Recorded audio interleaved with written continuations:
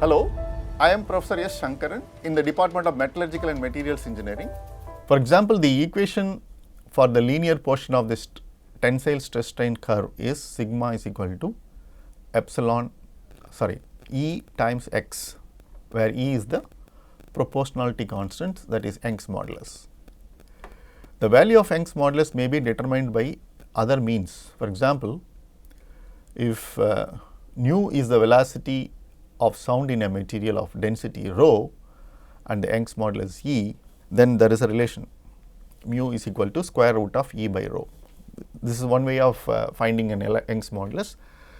The other way is the usual tensile deformation within the elastic region. The slope is equal to Young's modulus. Okay. And similarly, we are looking at E here as a proportionality constants as per the linear elastics theory. That is what the previous slide last statement said. And we are now looking at what are the proportionality constants in terms of elastic behavior. So, several different elastic proportionality constants are in common use. They differ only in the type of stress and strain which they relate. Okay. This also we have seen already. Just to give a perspective of what is proportionality constants, I have brought it again. So, this is Young's modulus, which is E is equal to sigma by epsilon, and shear modulus G is equal to tau by gamma, bulk modulus K is equal to sigma hydrostatic divided by the volume, change in volume. The above equation, sigma is uniaxial tensile or compressive stress, tau is shear stress, sigma hyd is hydrostatic tensile or compressive stress, epsilon is normal strain, gamma is a shear strain, delta V by V naught is a fractional volume expansion or contraction. Okay. Poisson's ratio mu, another elastic constant, is the ratio of transverse to axial strain. Mu is equal to minus epsilon y divided by epsilon z. This equation we have used extensively in the principle of superposition, and then from there we looked at generalized Stokes law. That is very familiar to you now. Okay. So, the diagrams which are going to show now is going to explain geometrically whatever we have just seen in terms of the elastic. This is a member which undergoes tensile deformation. So, you see that L naught becomes L after the deformation, and then you see that change in length, and then you try to calculate the displacement, and then from there you calculate the stress and strain. Similarly, this is for a shear stress shear strain relationship. Geometrically it is shown. What you arrive at here is E is equal to sigma z divided by epsilon z. This is in the z direction. Similarly, here G is equal to tau by gamma. So, all this shear, I mean how the dimensionally it can vary, this is already familiar to you. We have already discussed. So, I just brought it because we are talking about elastic properties, and this is how it is related. And finally, this is hydrostatic stress versus volume change. The slope is K is equal to sigma hydrostatic divided by fraction of volume change. And you see that geometry, the stress is equally applied from all over the place. Here it is a compression. So, the initial dimension L naught becomes L, the final dimension. So, it is not in one direction, all other direction also it getting compressed. So, it is a hydrostatic compression.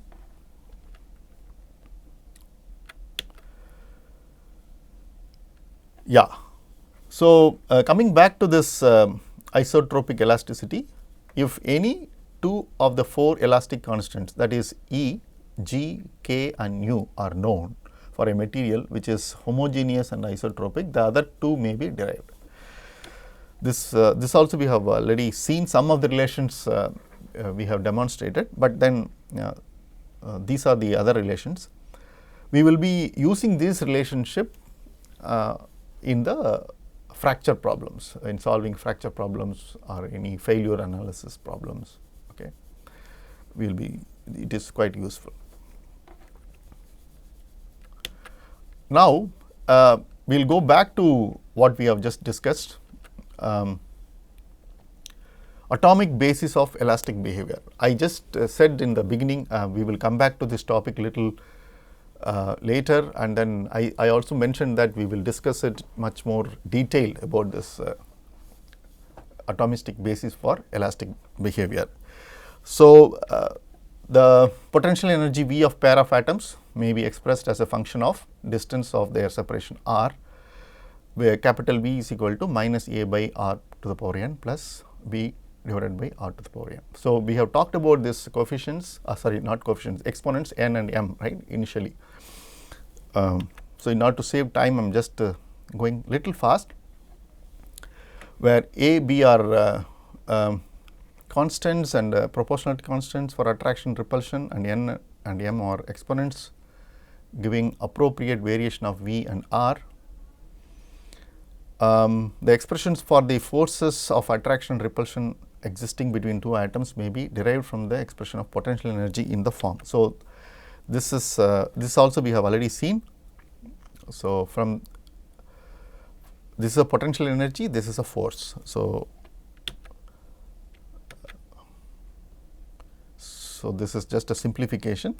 We will now plot these two, potential energy versus distance, and this is a force versus distance, and we know that this is repulsion and this is attraction and this is a net, dashed lines are net. And what is to be noted here is importantly, the value of R corresponding to the minimum of potential energy is the equilibrium spacing d naught. So, here it is the minimum, the potential well here, and this distance is d naught, that is the equilibrium spacing. And remember, the net force is 0 here, the net force is 0 at d naught, d naught. So, this is d naught and this is net force, so 0.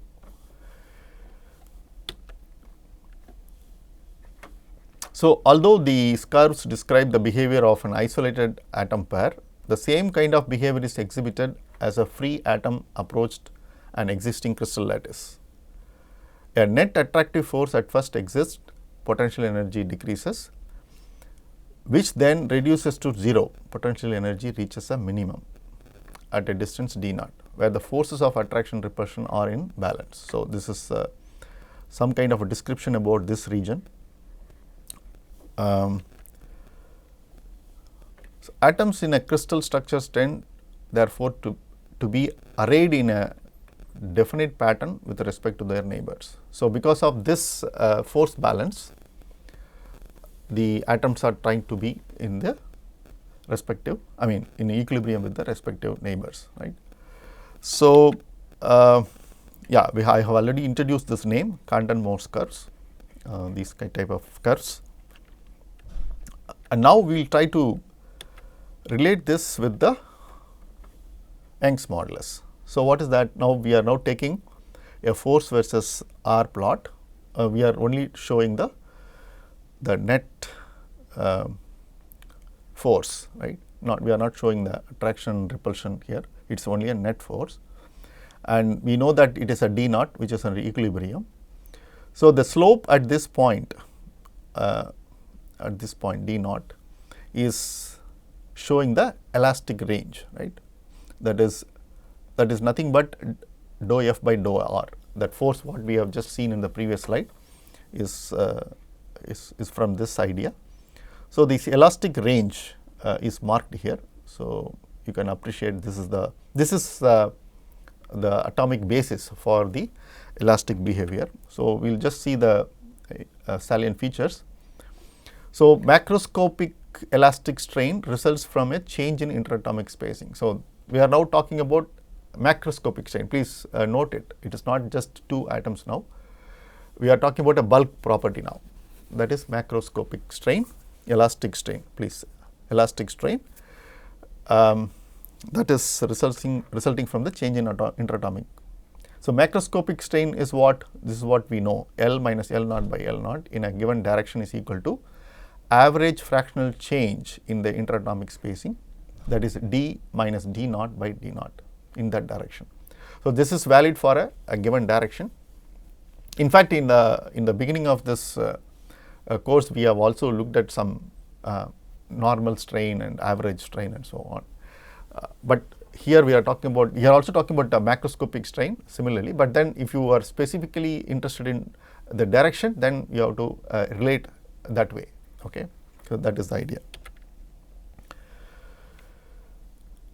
Yeah, this is already we have seen. So, the normal range of elastic strain in crystalline materials rarely exceeds plus or minus 0.5%. So, this is a thumb rule just to have idea.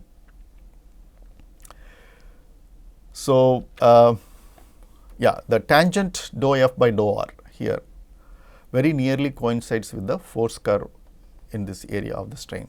So, this is one confirmation to show that this assumption is not bad, this is good. So, the elastic range really coincide with this. Okay. So, that was kind of atomic basis discussion on elastic modulus of materials.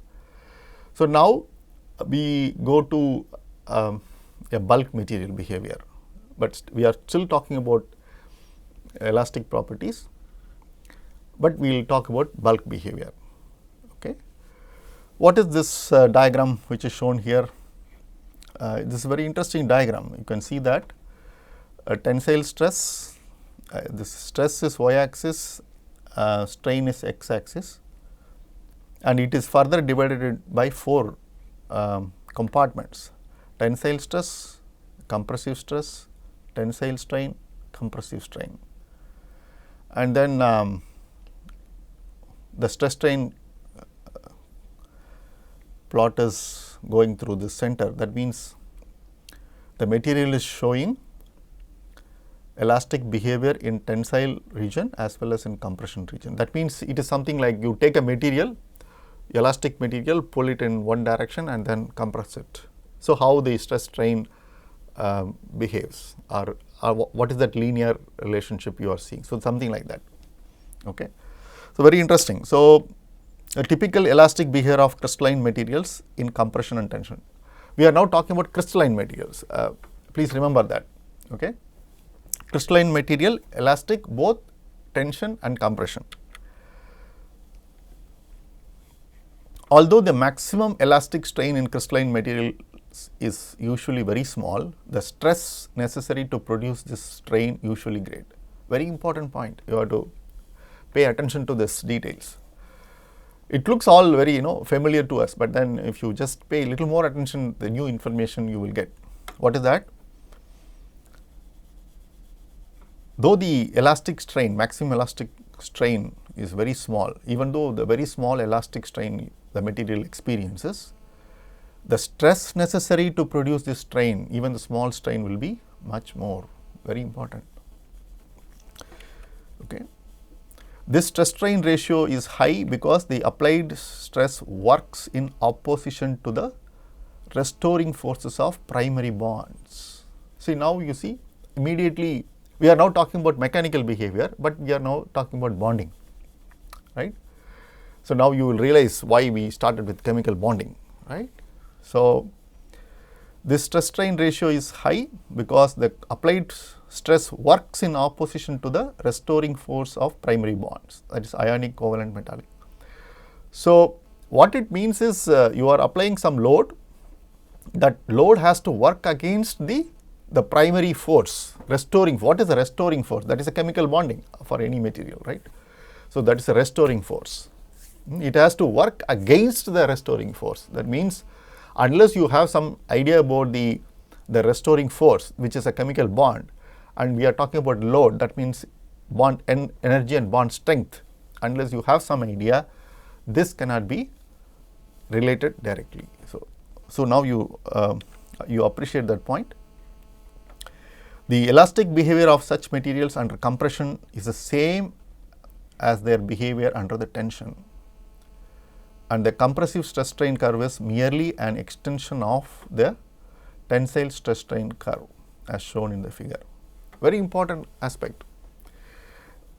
We are talking about elastic behavior of a crystalline material, both in tension and compression, and this particular graph shows that the linear behavior exactly the same in compression region as well as a tensile region, right.